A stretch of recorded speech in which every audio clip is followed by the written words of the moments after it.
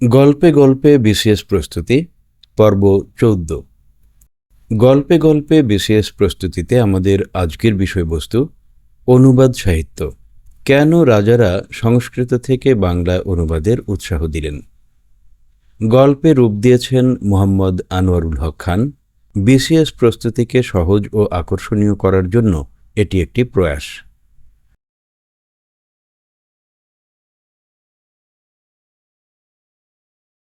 এই অধ্যায়ে আমরা যা শিখব: নাম্বার ১, অনুবাদ সাহিত্যের যুগ বিভাগ এবং মধ্যযুগে এর গুরুত্ব। নাম্বার ২, মুসলিম সুলতানরা কেন সংস্কৃত কাব্যগুলো বাংলায় অনুবাদের পৃষ্ঠপোষকতা করেছিলেন। নাম্বার ৩, পরাগল খান এবং ছুটি খানের অবদান, মহাভারত অনুবাদ। নাম্বার ৪, সুলতান আলাউদ্দিন হোসেন শাহ এবং তাঁর আমলের সাহিত্যিক জাগরণ। নাম্বার ৫, মধ্যযুগের অনুবাদ সাহিত্যের প্রধান বৈশিষ্ট্য, ভাবানুবাদ।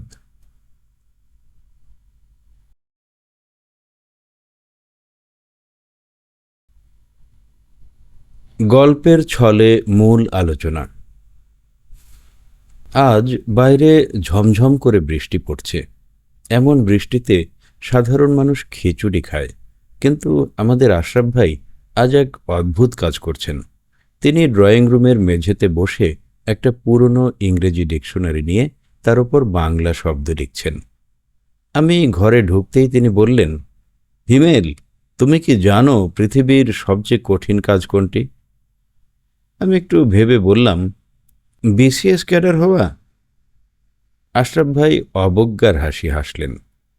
হুম, সবচেয়ে কঠিন কাজ হলো একজনের মনের কথা অন্যজনের ভাষায় বুঝিয়ে দেওয়া, যাকে আমরা বলি অনুবাদ। আজ আমরা পড়ব মধ্যযুগের অনুবাদ সাহিত্য, বিশেষ করে সেই সব সুলতানদের কথা যারা না থাকলে হয়তো আমরা বাংলা ভাষায় রামায়ণ মহাভারত পড়তে পারতাম না। আমি নোটবুক বের করে বসলাম। আশরাফ ভাই বলতে শুরু করলেন, শোনো হিমেল, মধ্যযুগের আগে সবচেয়ে বড় বড় ধর্মগ্রন্থ ছিল সংস্কৃত ভাষায়। তখন একদল পণ্ডিত বা পুরোহিত ছিলেন যারা সাধারণ মানুষকে বলতেন, সংস্কৃত হলো দেবতার ভাষা। যদি কেউ এই ভাষা ছাড়া অন্য ভাষায় ধর্মগ্রন্থ পড়ে তবে সে নরকে যাবে। বিশেষ করে বাংলা ভাষায় রামায়ণ বা মহাভারত পড়া ছিল একদম নিষিদ্ধ। একে বলা হতো রৌরব নরক হওয়ার পথ। আমি অবাক হয়ে বললাম, বলেন কি, নিজের ভাষায় পড়লে নরকে যাবে? আশরাফ ভাই পানের বাটা থেকে একটা সুপারি মুখে দিলেন। হ্যাঁ, ঠিক তখনই মঞ্চে এলো এক নতুন শক্তি, মুসলিম সুলতানরা। ১২০৪ সালের পর থেকে তুর্কি আর পাঠানরা যখন বাংলা শাসন করতে শুরু করল, তারা দেখল এদেশের সাধারণ মানুষের সাথে মিশতে হলে তাদের মনের ভাষা জানতে হবে। সুলতানরা দেখলেন সংস্কৃত ভাষা হলো আভিজাত্যের দেয়াল। সেই দেয়াল ভাঙার জন্য তারা কবিদের ডেকে বললেন, তোমরা এই বড় বড় গল্পগুলো সহজ বাংলা ভাষায় লিখে ফেলো। আমি জিজ্ঞেস করলাম, সুলতানরা কি কেবল রাজনৈতিক কারণেই এটা করেছিলেন? আশরাফ ভাই জানালার বাইরে বৃষ্টির দিকে তাকালেন। শুধু রাজনীতি নয় রে হিমেল, সাহিত্যের প্রতি তাদের একটা খাঁটি টানও ছিল। বিশেষ করে সুলতান আলাউদ্দিন হোসেন শাহ, তাকে বলা হয় বাংলার আকবর। তার আমলে বাংলা সাহিত্য এক স্বর্ণযুগে প্রবেশ করে। তার সেনাপতি পরাগল খান চট্টগ্রামের লস্করপুরে বসে কবি কবীন্দ্র পরমেশ্বরকে দিয়ে মহাভারত অনুবাদ করিয়েছিলেন। সেই মহাভারতকে আমরা বলি পরাগলি মহাভারত। পরাগল খানের ছেলে ছুটি খানও বাবার পথ ধরে শ্রীকর নন্দীকে দিয়ে মহাভারতের অশ্বমেধ পর্ব অনুবাদ করান। আমি দ্রুত নোট নিলাম। আলাউদ্দিন হোসেন শাহ শ্রেষ্ঠ পৃষ্ঠপোষক, পরাগল খান মহাভারত অনুবাদক। আশরাফ ভাই এবার মোবারককে ডাক দিলেন চায়ের জন্য।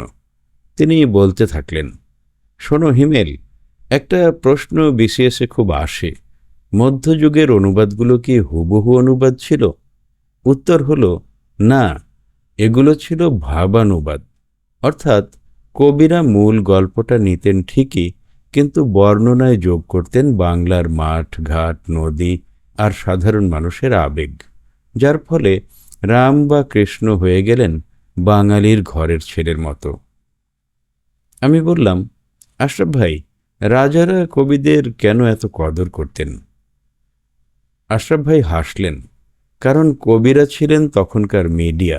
রাজারা জানতেন কবিরা যদি কাব্যের শুরুতে সুলতানের প্রশংসা করেন, তবে সেই প্রশংসা প্রজাদের মুখে মুখে সারা দেশে ছড়িয়ে পড়বে।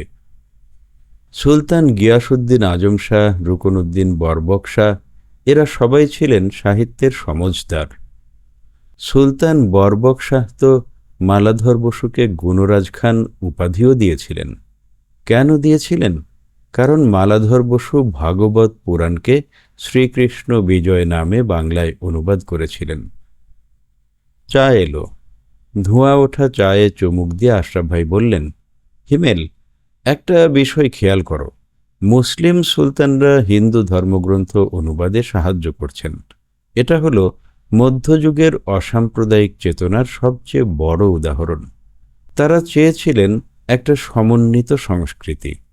আজ যারা ধর্মের নামে হানাহানি করে, তারা যদি সুলতানদের এই ইতিহাস জানত। আমি ডায়েরি বন্ধ করে বললাম, আশরাফ ভাই, আপনার কথা শুনে মনে হচ্ছে ইতিহাসটা একটা বড় গল্পের মতো। শুধু মুখস্থ করলে হবে না, ভেতরের ছবিটা দেখতে হবে। আশরাফ ভাই চশমাটা ঠিক করে বললেন, ঠিক তাই। বিসিএস মানে কেবল তথ্য নয়, বিসিএস মানে হলো সেই তথ্যের পেছনের সত্যকে বোঝা। যাও হিমেল, সুলতানদের এই উদারতার কথা ভাবতে ভাবতে বাসায় যাও। মনে রেখো, বাংলা ভাষা যে আজ এত সমৃদ্ধ, তার মূলে ওই সুলতানদের পৃষ্ঠপোষকতা অনেক বড় ভূমিকা রেখেছে। আমি যখন বৃষ্টিতে ভিজতে ভিজতে বের হচ্ছি, তখনও কানে বাজছে আশরাফ ভাইয়ের শেষ কথাটি। সুলতানরা যদি কবিদের অভয় না দিতেন, তবে সংস্কৃত পণ্ডিতদের দাপটে বাংলা ভাষা হয়তো কোনো অন্ধকার কুয়োর ভেতরেই থেকে যেত।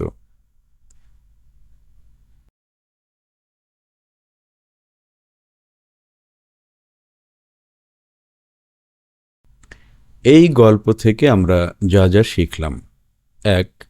সুলতানদের পৃষ্ঠপোষকতা। মধ্যযুগের মুসলিম সুলতানরাই মূলত সংস্কৃত থেকে বাংলায় কাব্য অনুবাদের সবচেয়ে বড় পৃষ্ঠপোষক ছিলেন। ২. আলাউদ্দিন হোসেন শাহ। তাঁর শাসনকালকে ১৪৯৩ থেকে ১৫১৯ সালকে বাংলা সাহিত্যের অনুবাদ ও মৌলিক সৃষ্টির স্বর্ণযুগ বলা হয়। ৩. পরাগল খান ও ছুটি খান। সুলতান হোসেন শাহের এই দুই সেনাপতি চট্টগ্রামে বসে মহাভারত অনুবাদের অনুপ্রেরণা ও অর্থ যোগান দিয়েছিলেন। ৪. ভাবানুবাদ। মধ্যযুগের অনুবাদগুলো আক্ষরিক ছিল না, কবিরা মূল কাহিনীর সাথে সমকালীন সমাজ ও নিজেদের কল্পনা মিশিয়ে ভাবানুবাদ করতেন। ৫. উপাধি প্রদান। রাজারা কবিদের বিভিন্ন উপাধিতে ভূষিত করতেন, যেমন মালাধর বসুকে সুলতান রুকনউদ্দিন বরবক শাহ গুণরাজ খান উপাধি দিয়েছিলেন।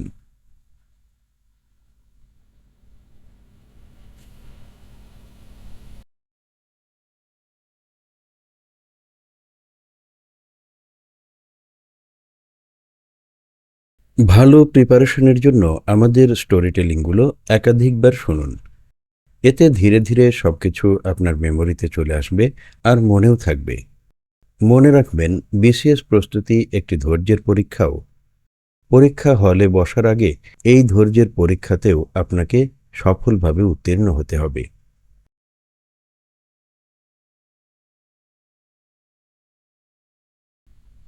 এমসিকিউ প্রশ্ন। প্রশ্ন: কার নির্দেশে কবীন্দ্র পরমেশ্বর বাংলায় মহাভারত অনুবাদ করেন? ক. সুলতান গিয়াসউদ্দিন আজম শাহ। খ. সুলতান রুকনউদ্দিন বরবক শাহ। গ. লস্কর পরাগল খান। ঘ. ছুটি খান। উত্তরটি কমেন্টে লিখুন আর চ্যানেলটি সাবস্ক্রাইব করে আমাদের সাথেই থাকুন। বিসিএস ও সরকারি চাকুরির প্রস্তুতিতে আমাদের সাথেই থাকুন।